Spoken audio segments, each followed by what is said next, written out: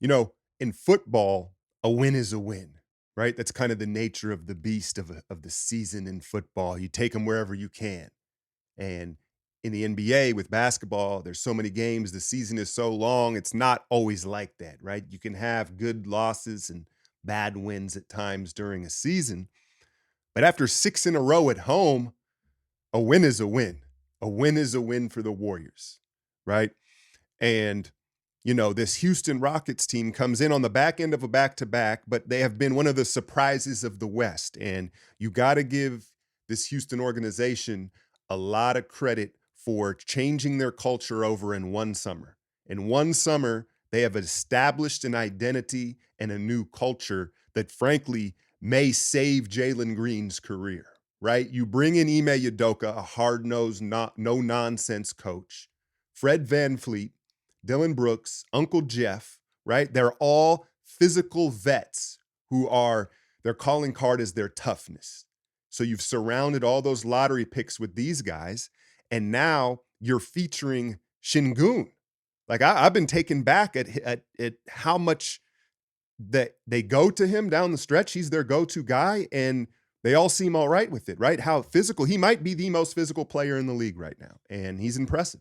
Like it's the Jokic blueprint, right? Like if Jokic doesn't exist, Shingun never gets this opportunity. It's just interesting to see, how paths are paved as far as sports goes and opportunities. Now, let's not get it twisted here. No one's going to be Jokic, and the biggest difference to me is this kid is an insatiable scorer. Shingun wants to score and punish you, right? And then he gets away with that Euro pivot where he can seemingly move it dozens of times on a possession. But no, I'm not here to hate on him. This Houston team, again, hats off to them because again, this identity, they kind of remind me of what Memphis has been in the last few years, where every time you see them, they're going to be a thorn in your side. They may not beat you, but it's going to be a tough night every time. And the Warriors obviously desperate for a win. They go out and get it. Now, let's talk about Clay, right? Because that's the hot button topic right now. 20-point game. What do you have? 5 3-pointers.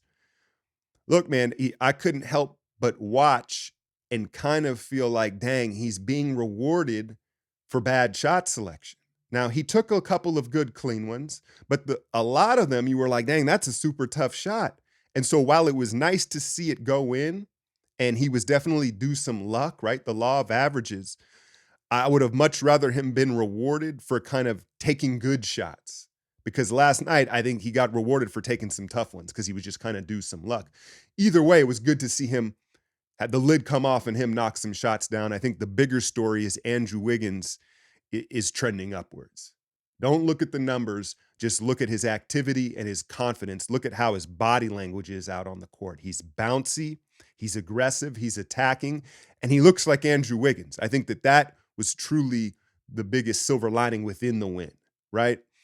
Chris Paul to me was the best player on the floor for us. His complete floor game, and I had said it in today's breakdown, that's the one thing that you love about CP is he wants to smoke every night, right? And he's pushing 40 years old. Every night he's like, "No, I'm here. I'm here. We're here." Right? And that's such an asset to bring to a team, especially off the bench. Um, Steph shot well. Steph did Steph things, right? I think that he got a little caught up in the one-on-one with Dylan Brooks late in the game where he was trying to match his physicality and there was a lot of dribbling. I didn't like the final 2 minutes, the way they kind of closed that out. It got a little precarious and Steph was doing a lot of dribbling. But again, at this point in the season, a win is a win. You see the underdog fantasy here. I don't have picks today. But what I wanted to do was give a little bit of advice to the success I'm having. I'll have picks. It's funny because you usually don't want to pick. I've had a rule in the past where I don't want to put any picks on my team because you kind of get jaded. But watching the Warriors, I just have such a good feel for what may happen or transpire. I've been having success, and I've been having success with role players, right? And my advice is don't make picks that you think are going to be necessarily entertaining.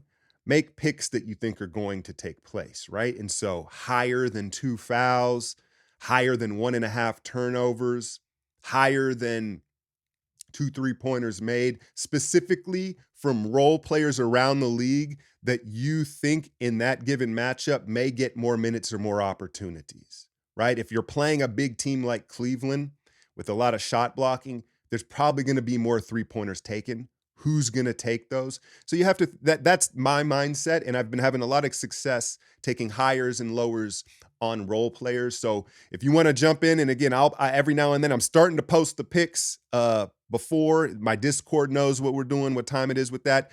You can use the link in the description. Use the code Alchemy, get 100% bonus on your first deposit up to $100, and support your boy. So we've got the Suns out here in Phoenix Wednesday, and if you've been watching the Suns, they've been relying way too much on Kevin Durant, right? This was supposed to be at this point in KD's career where he could rely on Book and Beal, at least in the regular season early, right?